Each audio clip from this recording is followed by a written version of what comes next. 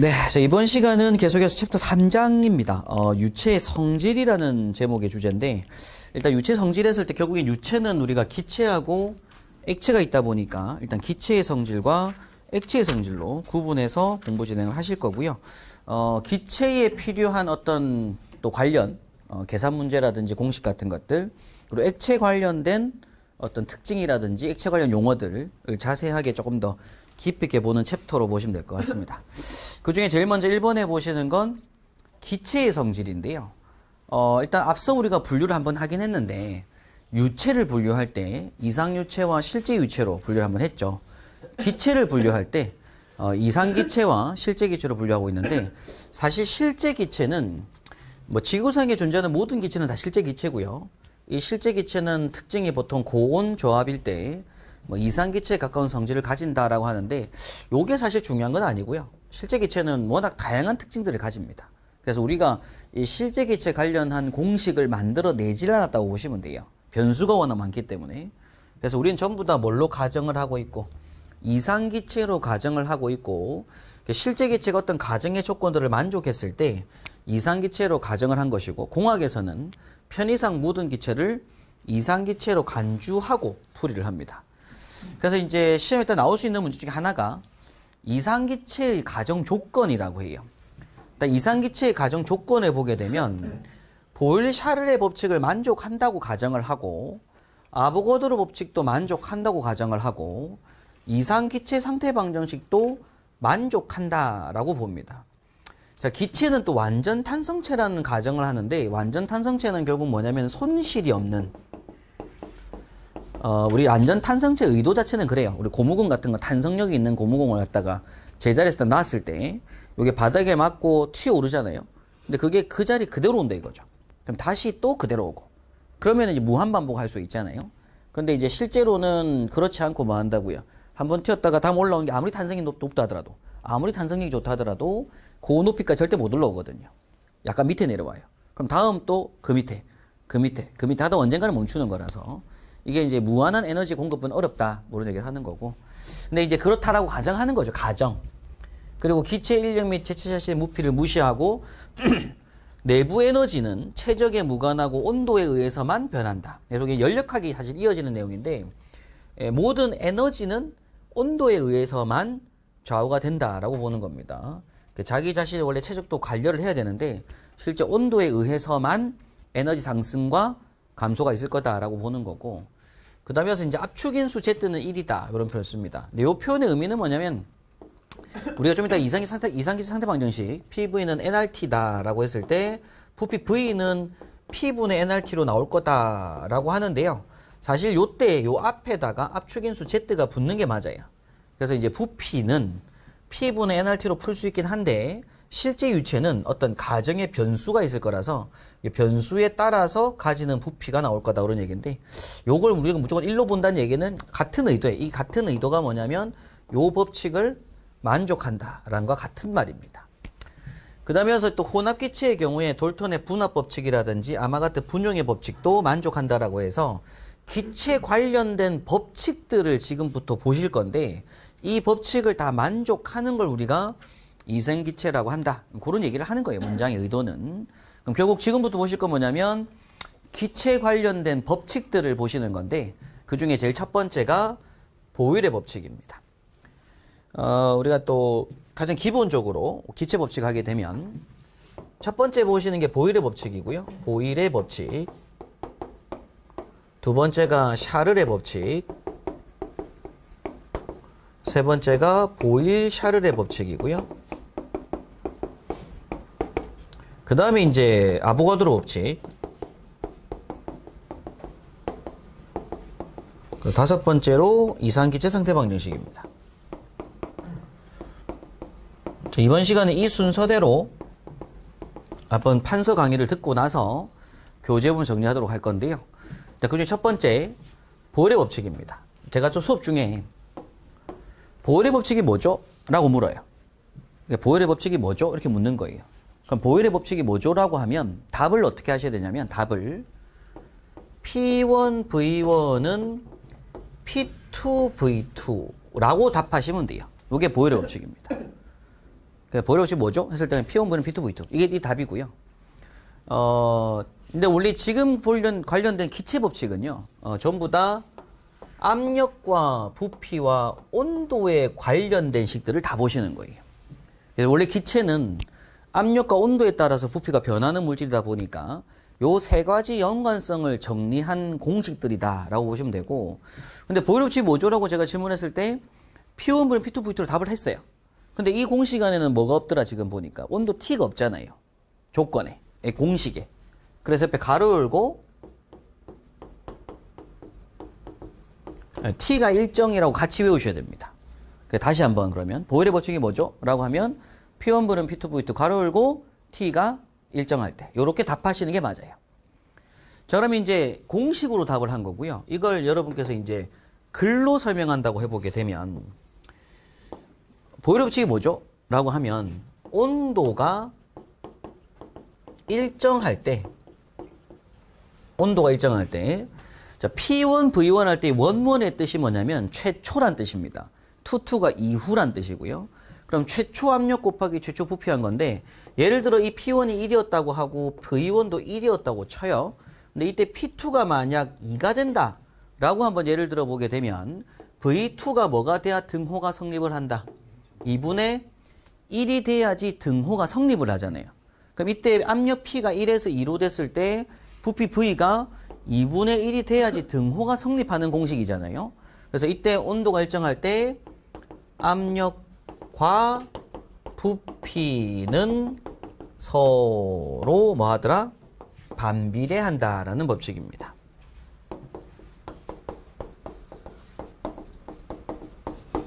요게 법칙이라고, 법칙. 온도가 변함이 없을 때 압력과 부피는 서로 뭐 하더라?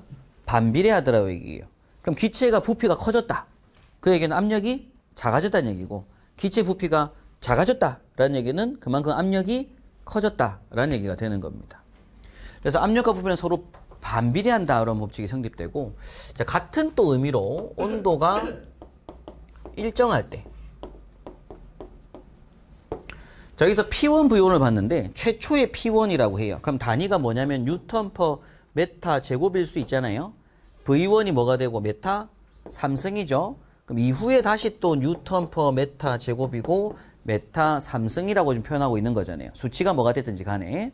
그럼 얘가 뭐가 나오는 거고요. 계산해 보니까 뉴턴 메타가 나오고 얘도 뉴턴 메타가 나오게 되죠. 그죠? 그럼 이 뉴턴 메타가 뭐였으니까 줄이잖아요. 줄. 요 값은 결국 제가 뭘로 바뀔 수 있다고 했어요. 앞에서 칼로리로 바꿀 수 있다고 했죠. 그죠? 그래서 이게 열량, 에너지가 됩니다. 그래서 온도가 일정할 때 PV가 이 PV가 뭐 한 거예요? 계속 똑같다 이거잖아요. P1V는 P2V2라는 얘기는 뒤에 다시 또 는 해가지고 뭐라고 쓸 수 있는 거니까 P3V3는 P4V4는 할 수 있다는 얘기잖아요. 따라서 온도가 일정할 때 PV가 항상 일정하다라는 얘기로서 이 PV의 개념 자체가 뭐였다고요? 요게 줄 값이라고요. 줄 값이니까 얘가 뭐가 되는 거다? 칼로리가 되는 것이고, 요게 결국 뭘 말하는 거다? 에너지를 말하는 개념입니다. 그래서 온도가 일정할 때 에너지는 항상 뭐하니까? 일정하니까 그 에너지를 일정하게 유지하기 위해서 압력이 증가하면 부피가 뭐하는? 감소하는 현상이 발생할 수밖에 없다. 뭐런 얘기입니다. 그래서 일단 보일의 법칙이 뭐죠? 라고 설명드리면 이제 보일 법칙은 P1, V1은 P2, V2 또 다시 당연히 뒤에 는 해가지고 P3, V3는 P4, V4는 되는 거예요. 근데 이때 가로 열고 뭐나 일정할 때 온도 T가 일정할 때, 그럼 이걸 글로 설명하면 보일의 법칙은 뭐가 된다? 온도가 일정하다고 할 때 압력과 부피는 서로 반비례한다. 또는 온도가 일정할 때 PV 곱한 값은 항상 어떻다? 일정하다. 요렇게 설명할 수가 있다는 얘기입니다.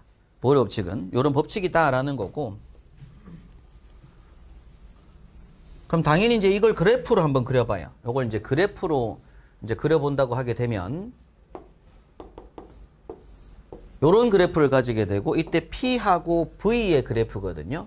그래서 압력과 부피는 서로 반비례한다라고 하니까 이러한 그래프를 가지게 되는 걸 우리가 말합니다. 네, 이런 개념이고, 뭐 또는 이제 여기 이제 온도가 일정하니까, 그래서 이제 그 P하고 여기 PV 곱한 값이에요. PV 곱한 값이 이제 이렇게 이제 일정한 값의 시간의 변화에 따라서 여기 일정하다 이런 얘기인데 요거는 크게 보실 필요 없겠네요. 요걸로 우리 보일법칙을 한번 체크하시면 될 것 같습니다.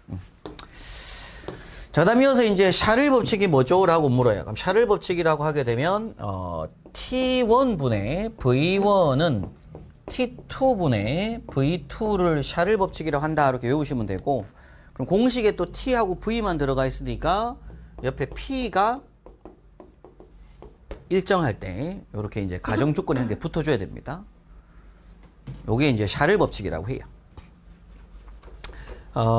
최초의 T1의 온도를 1이라고 치고요. 예를 들어 V1을 1이라고 치고 T2가 2가 된 거예요. 그럼 온도가 이제 이후에 2배가 됐다. 그럼 V2도 따라서 뭐가 돼야 된다?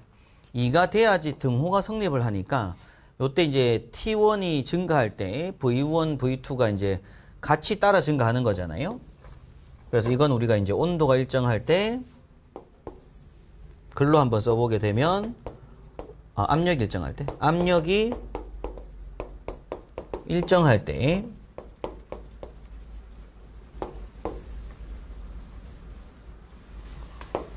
온도와 부피는 서로 비례한다. 이걸 우리가 샤를의 법칙이라고 합니다. 압력이 일정할 때 온도와 부피는 서로 비례한다. 우리가 샤를 법칙이라고 하고요. 온도가 올라갈수록 부피도 증가한다. 뭐 이런 얘기를 하는 거죠. 그래서 그래프로 한번 그려보게 되면 이건 T하고 V 그래프여서 이렇게 증가하게 되는 이런 값을 가진다라고 본 겁니다.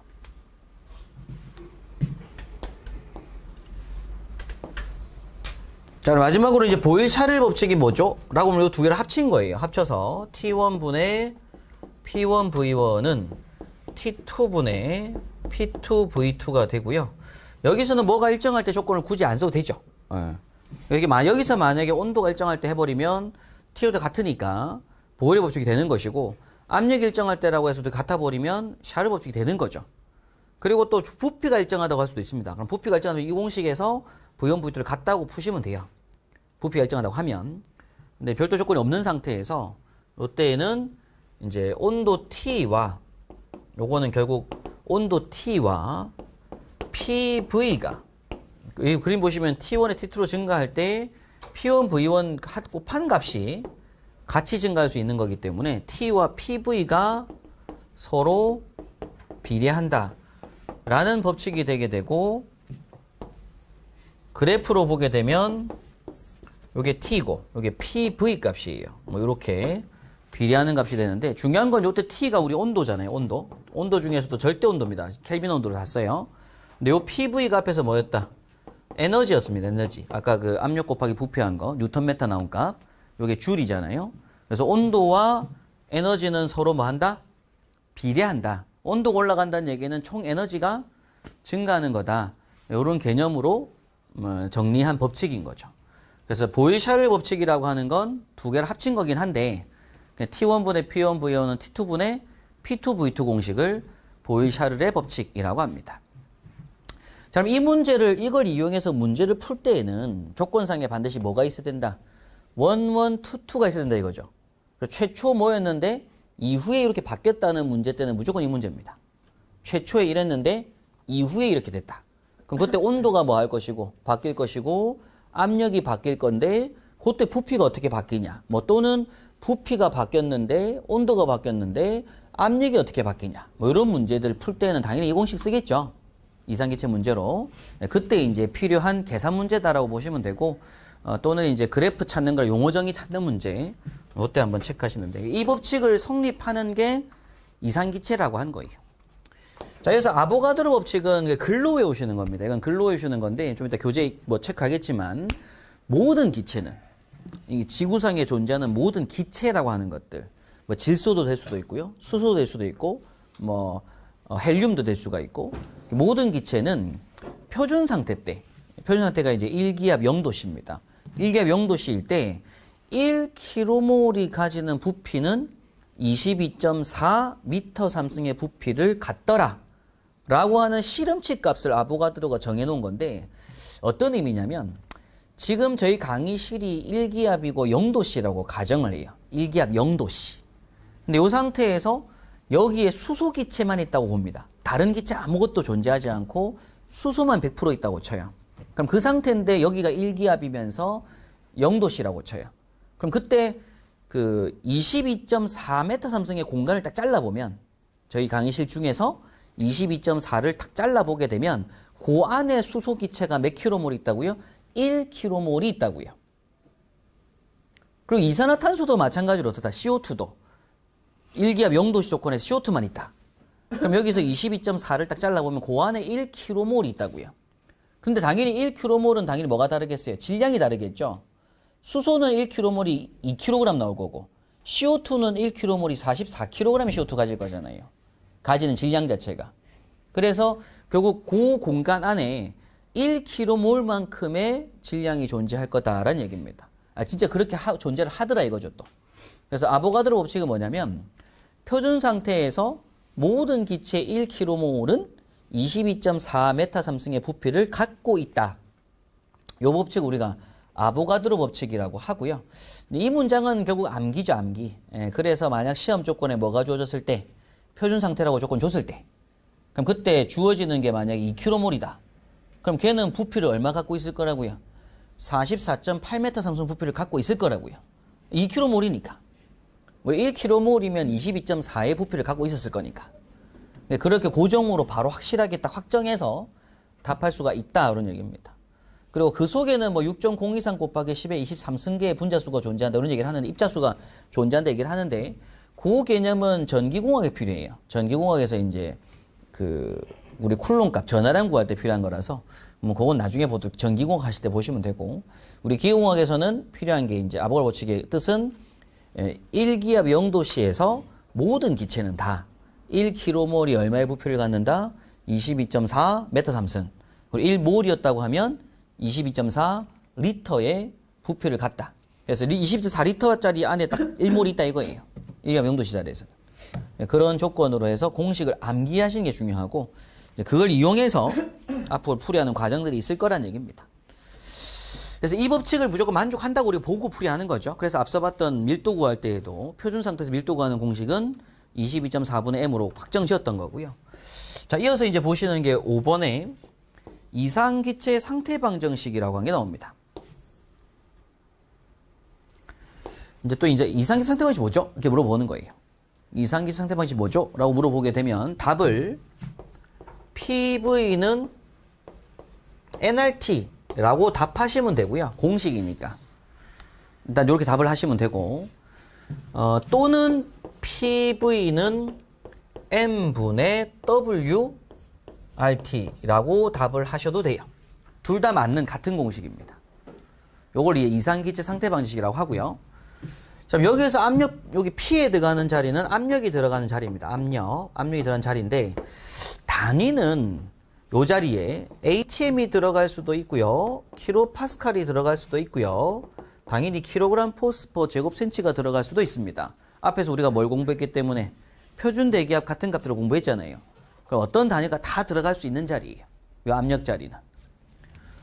자, 그리고 이때 이 압력의 개념은 이제 다음 시간에 공부하실 건데, 요 압력이라고 하는 게 좀 이따 보겠지만 그 절대 압력, 게이지 압력, 진공 압력에 대한 공부를 나중에 하실 건데, 여기는 반드시 무슨 압력이 들어가는 자리냐면 절대 압력이라는 값이 들어가는 자리입니다. 절대 압력. 앞서 우리가 봤던 여기 보일의 법칙, 샤를 법칙에서 들어가는 요 압력도 반드시 절대 압력이 들어가는 자리고요. 요 온도도 반드시 절대 온도가 들어간 자리고, 요건 무조건 켈빈으로만 들어가요. 계산 문제 풀 때. 근데 요 압력에는 반드시 절대 압력이 들어간 자리인데, 요 절대압이 뭔지는 아마 다음 시간에 정리를 한번 하도록 하겠습니다. 그때 압력 공부를 할 거니까 다시 한 번 더. 자, 일단 저기 그 이상기체 상태 방정식에서 P는 압력이 들어간 자리고요. 근데 그 압력이 절대로 들어간다는 거 지금 체크만 하고, 단위는 여러 단위가 다 들어갈 수 있습니다. 맞춰가면 되는 거라서. 네. 자, 그리고 V에 들어가는 값은 부피가 들어갑니다. 이 부피도 메타 3승 뭐 또는 리터의 개념으로 들어갈 건데, 좀 단위 맞추는 건 좀 더 보도록 하고, 일단 부피가 들어갈 자리다 걸 체크하실 필요가 있죠. 자, 그리고 n에 들어가는 게 우리가 무슨 자리냐면 몰수라고요. 몰수. 이걸 몰수라고 하는데, 그럼 이 자리에 들어갈 수 있는 건 킬로몰 또는 몰이 들어간 자리입니다. 그래서 이 자리에 뭐가 들어가자고요? 뭐 2.5km몰, 뭐 3km몰 또는 4몰 뭐 이런 값들이 들어가는 자리다 이거죠.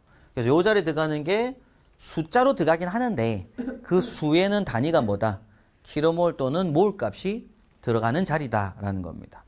자, 밑에 이제 이 몰수가 뭔지를 한번 체크하실 건데요. 지금 오른쪽 식을 보면 요 n하고 같은 값이 자리가 뭐냐면 요거죠. 요거 n분의 w. 그래서 n은 n분의 w라고 할 수 있어요. 몰수는. 그럼 이때 w가 뭐냐면 요게 이제 질량입니다. 질량. 그럼 요 자리에 킬로그램이 들어가거나 또는 그램이 들어갈 수가 있고요. m이 뭐였죠? 우리 분자량이에요.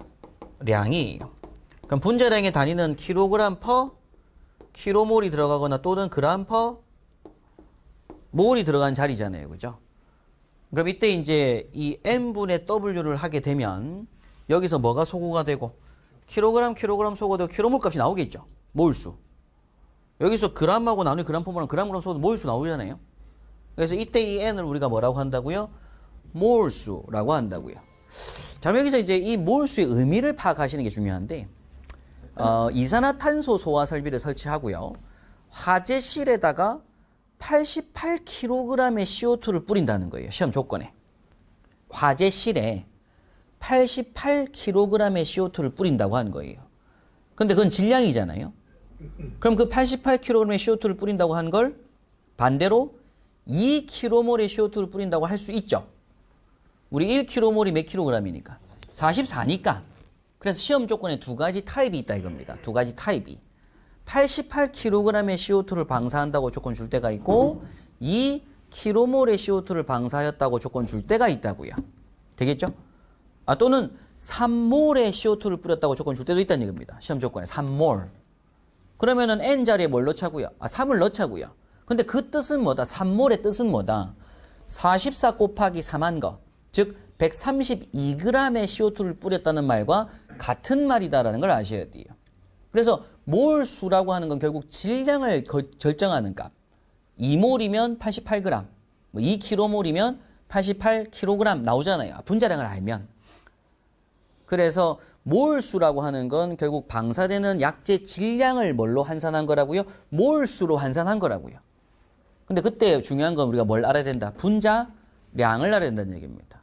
그럼 이때 몰수는 제가 화재학 수업할 때 말씀드리지만 분자 앞에 있는 대문자 숫자를 뭐라고 한다고요? 몰수라고 불러요. 분자식 앞에 있는 대문자 수. 여기서 잠깐 참고 설명드리면 이런 겁니다. 이건 뭐 크게 의미 있는 내용이니까 판사실 내용은 없어요. 우리 메탄의 완전요소 반응식 공부를 하거든요. 보통 화재학 할 때. 메탄이라고 하는 게 CH4라는 물질이 있어요. 얘가 완전연소를 한다고 하게 되면 산소랑 결합을 해가지고 생성되는 물질 자체가 CO2하고 H2O가 무조건 나오거든요. 완전연소 시에. 얘가 무조건 나오는 게 탄화수소의 완전연소 반응식이에요. 그럼 이렇게 됐을 때 뒤에 발열 반응을 하면서 이제 연소를 하는데 왼쪽에 C가 하나, 오른쪽에 CO2의 C가 하나, 왼쪽에 H가 4개, 오른쪽에 H4 되기 위해서 2가 붙어줘야 되고요. 왼쪽에 O가 2, 근데 오른쪽에 CO2 할 때 O2가 있고 이 H2 할 때 O가 또 2개가 있다고 하니까 총 4개. 그래서 여기에 2가 붙어줘야 돼요. 이런 식으로 반응식을 만들어주고 나서 이걸 우리가 뭐 한다? 이 식을 읽어야 되잖아요. 이 식을 읽을 수 있어야 되거든요. 그럼 이 식을 읽을 때 뭐라고 하냐면 메탄 몇 몰하고 1몰하고 산소 몇 몰 2몰이 반응해서 CO2 1몰이 생성이 되고 H2O가 2몰이 생성되면서 발열한다. 이렇게 읽어야 된다고요. 읽는 법이. 그럼 이때 요 분자 앞에 있는 요 수의 의미가 뭘 말하는 거라고요? 몰수인 거예요. 몰수. 덩어리란 뜻입니다. 몰수는 결국 덩어리. 그럼 아까 좀 전에 제가 CO2 2몰 뿌렸다는 얘기는 두 덩어리인 거예요. 근데 몰이니까 무슨 덩어리? 작은 덩어리. 킬로몰이면 큰 덩어리라고요. 그럼 CO2 2몰을 방사했다는 얘기는 CO2 두 덩어리를 방사했다는 얘기잖아요. 그럼 한 덩어리가 몇 g이니까? 44g이니까 88g 뿌렸다고 할 수도 있다 그런 얘기입니다. 근데 시험 조건에 뭐가 나온다고요? 시험 조건에 몰수가 나온다고요. 몇 몰이라고. 또는 킬로그램이나 그램이 나온다고요. 그럼 킬로그램, 그램이 나왔을 때는 그냥 어떻게 풀면 되고 n분의 w로 풀면 되고 몰수 나왔을 때는 n으로 풀면 되고 둘 중에 어차피 하나를 줄 거니까 시험 조건에서 이런 개념이 있다라고 보시면 될 것 같습니다.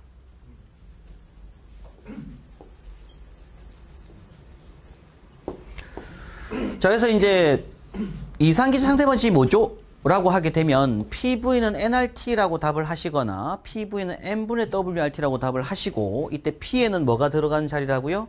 압력이 들어간 자리. V에는 뭐가 들어가는 자리? 부피가 들어가는 자리. 그리고 N에는 뭐가 들어가는 자리라고요? 몰수가 들어가는 자리. 근데 몰수가 안 주어지고 만약 뭐가 주어지면 W, 질량이 주어지면 그때는 n분의 W로 풀자고요. 그냥 분자량 놓고 W 넣으면 되니까. 그럼 걔가 n일 거니까. 어떻게 푸나 상관없다는 얘기입니다. 자, 그 다음 이어서 이제 보실 게 R 값이에요. 이제 R 값 보기 전에 T부터 볼게요. 자, T에는 뭐가 들어가는 자리라고요? 온도. 근데 무슨 온도? 절대 온도로 반드시 들어가게 되고, 이건 켈빈으로 들어가는 온도 자리가 반드시 들어갑니다. 공식 자체가. 자, 그럼 이제 R을 우리가 뭐라고 하냐면, 이상기체 상수라고 부르는데, 그냥 줄여서 기체 상수라고도 해요. 기체 상수. 그럼 이때 상수 R 값이 뭐죠? 라고 하면 요거는 좀 억지로 암기를 한번 해야 됩니다. 이상기체 상수가 뭐죠? 라고 하면은 일단 0.082 atm 미터 3승 per 킬로몰 K. 억지로 일단 요거는 한번 꼭 외우셔야 돼요. 그 다음 한 개 더 저는 외우라고 말씀드리거든요. 한 개 더. 원래 요거 하나만 외우셔도 상관없는데 두 개를 좀 다 외우라고 말씀드린 이유가 보통 이 두 개를 제일 많이 써서 그래요. 한 개 더 뭐 있냐면 8.314 킬로 파스칼 메타 3승 퍼 킬로몰 K가 있습니다. 그래서 요 두 개는 제가 꼭 외워야 된다는 말씀을 많이 드려요.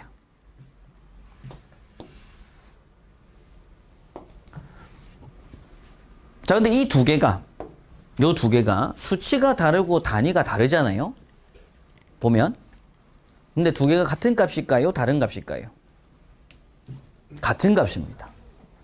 같은 값인데 이거 말고 또 사실은 더 많아요. 상수가.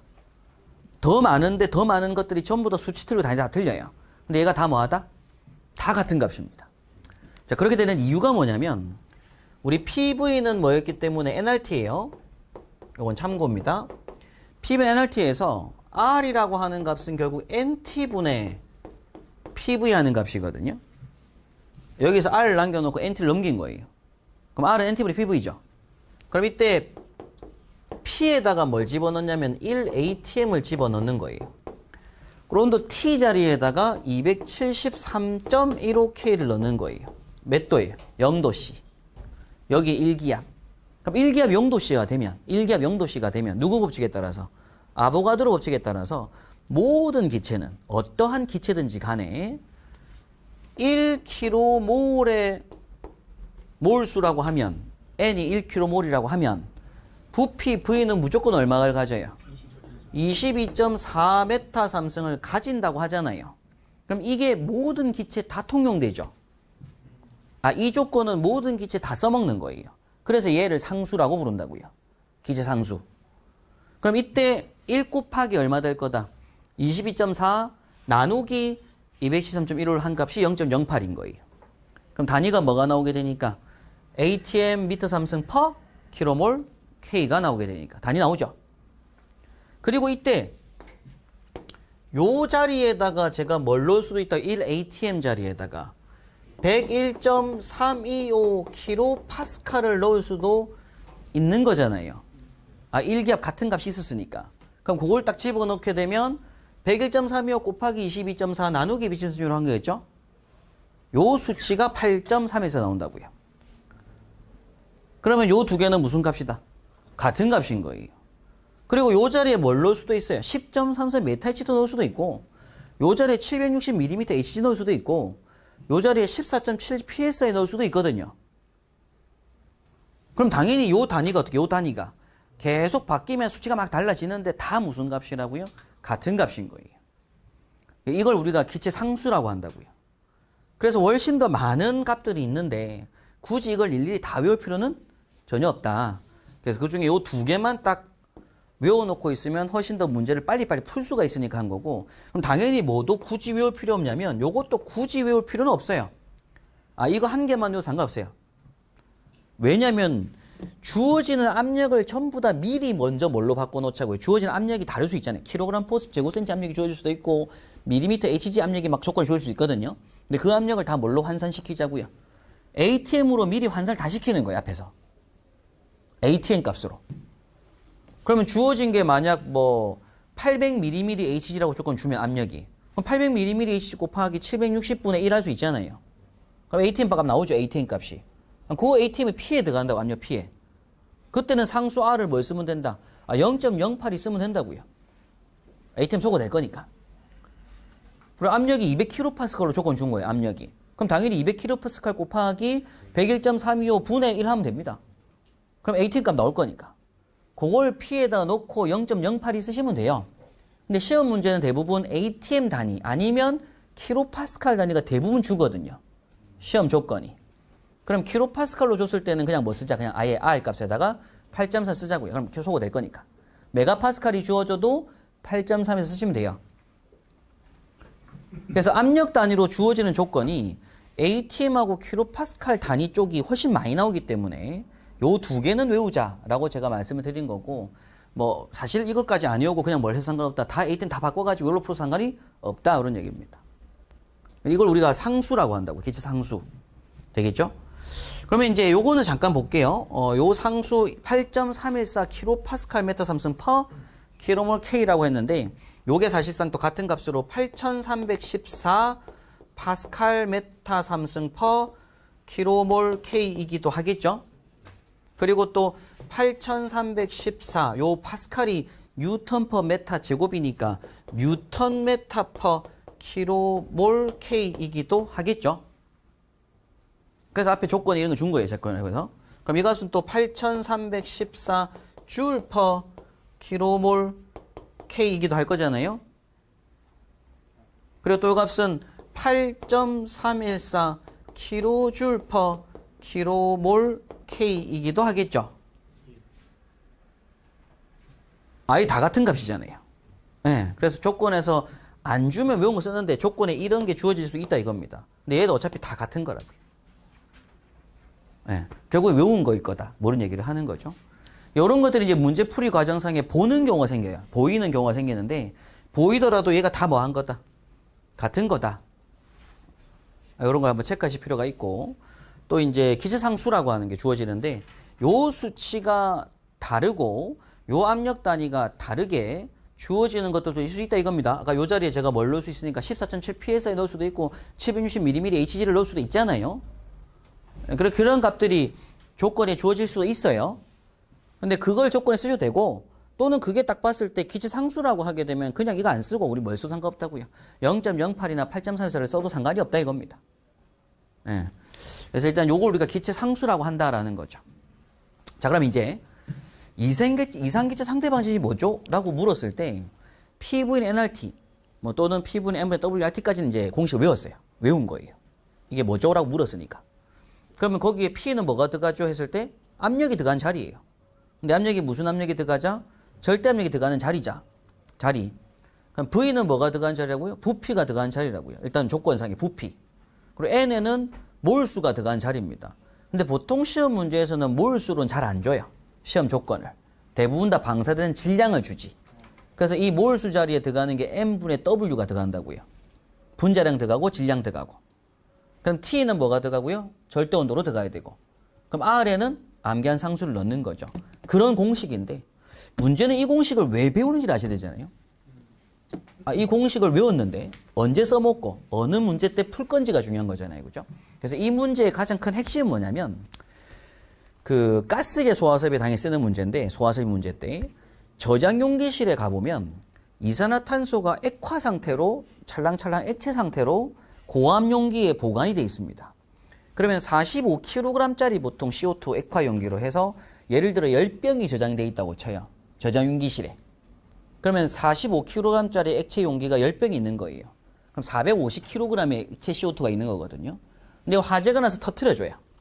뽕뽕뽕뽕 따가지고 터트려 줍니다. 그럼 이 액체가 기화가 되면서 화재실로 헤드를 통해서 기체 CO2가 나와요. 그럼 이때 전량이 방사됐다고 조건 주면 방사된 질량은 변함이 없죠. 질량은 불변하니까. 그 W에는 무조건 450이 들어가는 거예요. 그럼 W에다가 뭘 집어넣고 여기서 450 집어넣고 M은 또 CO2니까 뭘 넣으면 돼요? 사실상 넣으면 되죠. R은 0.08에 넣을 거잖아요.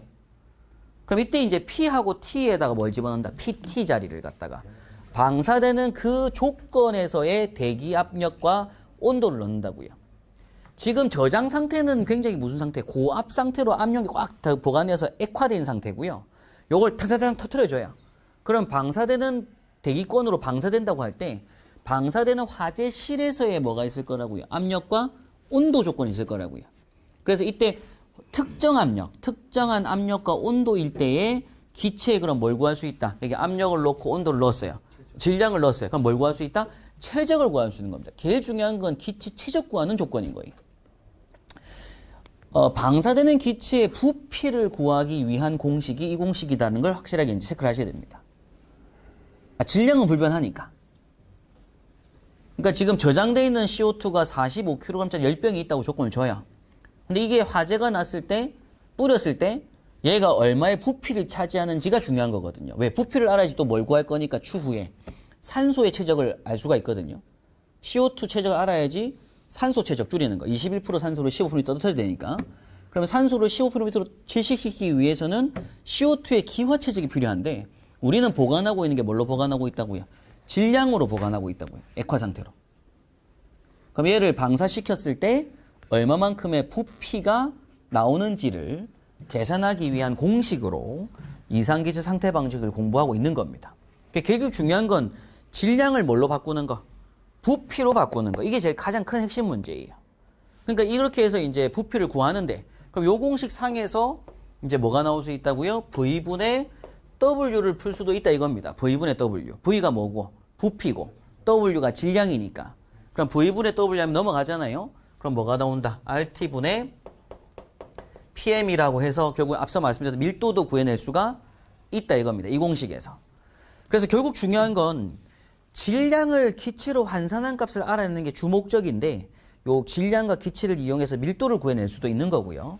또는 반대로 방사된 CO2의 부피를 우리가 알았다 쳐요. 방사된 CO2의 부피를 알았다고 쳐요. 그럼 그 부피를 뭘로 환산하는 것도 필요하다고요. 질량 환산하는 것도 필요할 거란 얘기입니다. 그래서 중요한 건 압력과 온도는 반대 조건 줘야 되거든요. 어떤 특정한 압력과 조건에서. PT는 주어지는 상태에서 V를 뭘로 바꾸고 W로 바꾸고 W를 뭘로 바꾸고 V로 바꾸고 요걸 알려고 하는 공식입니다. 요걸 이상기체 상태 방정식이라고 하더라. 그래서 이제 기체의 부피 구하는 공식이 제일 핵심이에요. 그래야지 뭐가 나오기도 하니까 밀도가 나오기도 하니까 또 반대로 질량이 나오기도 하더라. 그런 얘기죠. 그죠? 그런 문제 풀이로 공부하실 건데 결론은 시험 조건에서는 기체 관련 문제입니다. 액체 관련 문제는 이거 공식 볼 이유가 없잖아요. 또한 기체 관련 문제인데 뭐가 있을 거다? 특정한 압력과 온도가 있을 거라고요. 표준 상태가 아닌. 표준 상태는 1경 0도씨니까. 그게 아닌 어떤 특수한 압력값과 특수한 온도가 나올 거라 이거예요. 시험 조건에서. 그리고 상수가 언급되기도 할 거고요. 그럼 그때 이제 뭘 구하는 문제라고 이게? 기체의 부피 또는 밀도 이런 걸 구하는 문제 때 주로 나온다 이겁니다. 문제 풀이가. 근데 이제 문제를 풀면서 이제 문제를 많이 풀어보셔야 돼요. 문제를 많이 풀면서 이 문제는 무조건 이상계산 방식. 이 문제는 보리 법칙. 이런 게 중요한 거라서 문제 풀이를 막 하다 보면 이제 감을 잡으시는 게 뭐냐면 문제를 쭉 읽잖아요. 읽고 나서는 바로 이 문제는 이 공식, 이 문제는 이 공식 이게 나와야 됩니다. 그걸 많이 이제 공식이 바로바로 나오게끔 하는 게 이제 많은 문제 풀이를 해보시는 과정이 필요한 것이고 일단 이상기체 상태 방정식이 뭐죠? 라고 물어보면 이렇게 답을 해야 된다 이거죠. 자, 여기까지 해서 제가 5가지의 공식을 설명드렸는데 여기서 이제 한 개 더 조금 깊이 있게 들어가실 부분이 하나 더 나오는데 그게 뭐냐면 여기 좀 어렵긴 합니다. 특정 이상기체 상태 방정식이라고 하는 것도 있어요. 그래서 그냥 이상자 빼고 특정 기체 상태 방정식이라고도 합니다. 요걸 글자를 좀 빼고 그냥 특정 기체 상태 방정식이라고 하는데, 그럼 또 이제 앞에 이상기체는 공부했어요. 그죠? 이상기체 상태 방정식이 뭐죠? 하면은 이제 P분의 NRT 또는 P분의 N분의 WRT 이렇게 답을 하신 건데, 특정 기체 상태 방정식이 뭐죠? 라고 물어보게 되면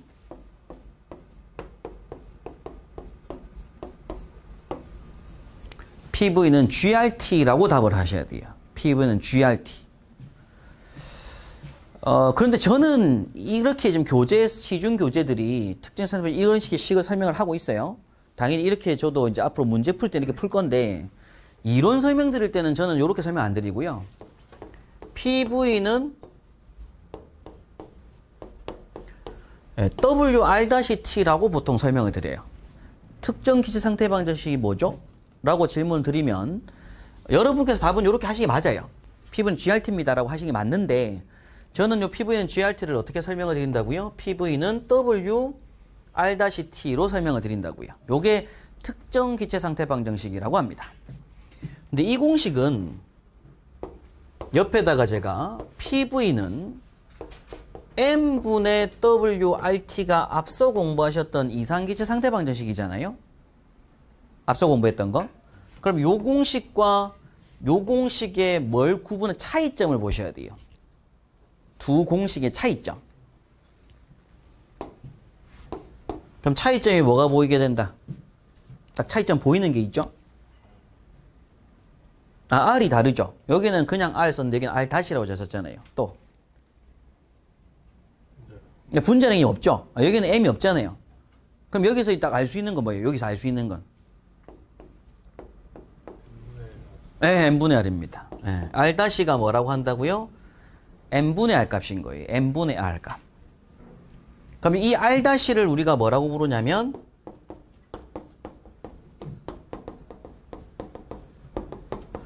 특정 기체 상수라고 하게 되고요. 또는 이제 줄여서 이건 기체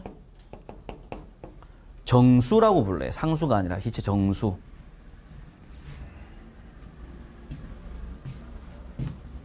요거는 뭐였었고요? 요 R은 이상 기체 상수. 특정이 아니고. 그러니까 요건 기체 상수. 요게 우리가 암기한 거 뭐라고요? 0.082하고 8.314 한 거하고 단위가 붙겠지만 요게 이제 우리가 외운 상수가 들어간 자리입니다.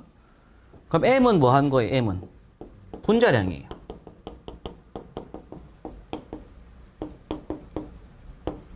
이런 값이 들어간 자리입니다.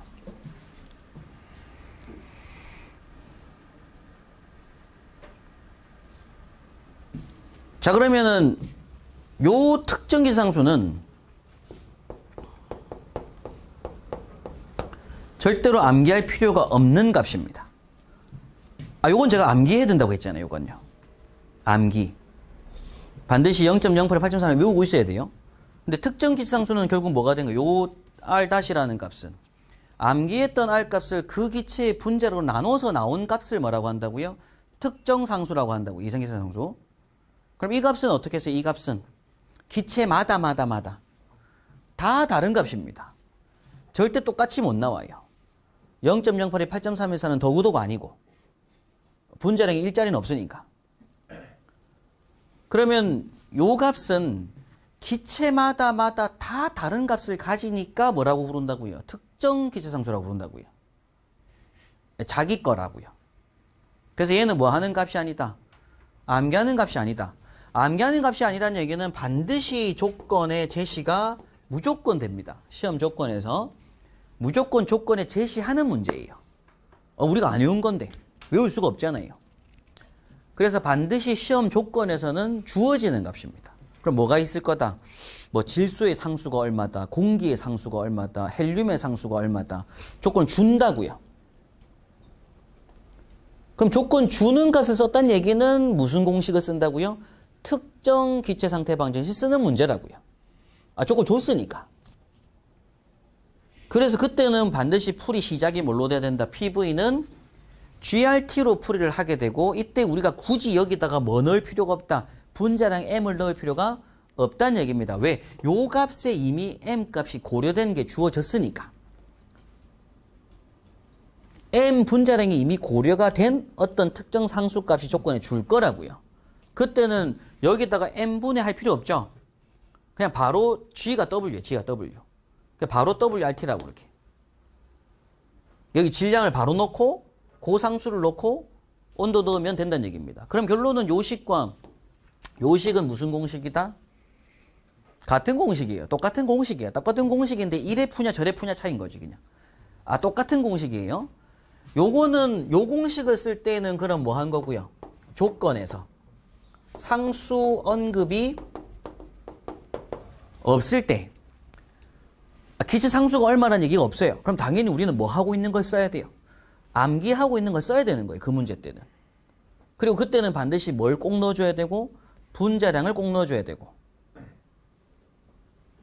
그런데 특정 요거는 제가 암기하죠. 조건에 무조건 뭐 하는 거 제시가 된다고요. 조건에 제시가 되는데 뭐 예를 잠깐 좀 들어보게 되면 예를 들어 뭐 할까요? 뭐 CO2의 상수 할까요? CO2의 기체 정수. 그럼 요거 구할 때는 뭐 하면 된다? 뭐 0.082 atm 미터 삼승 per kmol K 나누기 44 kg per kmol 할 거잖아요. 그러면 0.082를 44로 나눈 어떤 수치가 나오겠죠? 계산기상으로. 그리고 거기서 킬로그램이 요 킬로몰이 이렇게 소거되고 킬로그램이 여기로 들어가죠. 자리가. 그래서 나오는 게 atm 미터 삼승 per kg K 값이 나오게 됩니다. 근데 당연히 질소의 상수였으면 어떻게 돼? 질소 상수라고 하면. 여기가 28 들어갈 거잖아요. 그러면 요 수치가 달라지고 단위는 똑같죠. 그러니까 기체마다 다 뭐한 값이다. 다른 값이 나오게 된다고요. 그러면 이때 요 단위가 0.08이 말고 8.314일 수도 있잖아요. 여기는. 요 값은 8.314 kPa 메타삼승 per km 들어갈 수 있는 거죠. 그럼 여기 kPa 메타삼승 per 나올 건데 제가 말씀드리고 싶은 건 뭐냐면 요게 제일 중요해요. 요게. 자, 좀 전에 우리가 PV는 GRT 공식이다 보니까 여기서 R이라고 하는 값은 넘기니까 뭐가 되더라? GT분의 PV가 나오잖아요. 넘겼을 때. 그럼 얘는 단위가 압력 곱하기 부피하고 per GT니까 반드시 kg K가 나올 수밖에 없어요. 단위가. 근데 앞서 우리가 PV는 nRT 공식에서는 요때 R은 NT가 넘어갔잖아요. 앞에서. NT분의 PV였잖아요. 앞에서 상수 0.08이 8.34 할 때. 얘는 압력 곱하기 부피하고 per 뭐가 될 거다? 무조건 kmol K가 나올 수밖에 없다고요. 그래서 시험 조건에서 시험 문제를 다 푸는데 처음 보는 것 같아요. 수치가 앞만 봐도 처음 봐요. 외운 게 아니니까. 당연히 암기 안 했으니까. 근데 질소의 상수가 주어지고 헬륨의 상수가 막 주어지는 거예요. 근데 끝에 숫자도 처음 봐요. 단위도 처음 보고. 근데 무조건 끝에 per 뭘로 끝난다. per kg K로 끝나는 건 무조건 기체 정수입니다. 특정 상수. 그럼 문제를 읽어보다가 끝에 kg K로 끝나는 게 있다. 그럼 얘는 무조건 PV는 GRT식을 쓰겠다는 얘기예요. 그냥 그렇게 힌트를 주는 거예요, 문제에서. 그래서 끝에 per kg K로 끝난다는 얘기는 무조건 특정 상수를 조건 준 거고요. 그때는 PV는 GRT. 근데 조건에 앞만 봐도 per kg K도 없고 per kmol K도 없어요. 상수가 없는 거야, 조건에. 문제 앞만 읽어봐도. 그럼 당연히 뭘 쓸 수밖에 없다. 이상기체 상태 방식 쓸 수밖에 없는 거죠. 우리가 암기한 건 0.08이 밖에 없으니까. 그때는 분자량 m을 집어넣고 0.082를 넣어야 되는 거예요. 문제 자체에서. 일단은 우리가 이제 이상기체 상태 방정식이 두 가지가 있다고요. 공식이 뭐가 있다? P분은 nRT. 근데 그게 P분은 m의 WRT 공식이 하나 있고 특정 상태 방정식이라고 해서 P분은 GRT 공식이 하나 있다고요.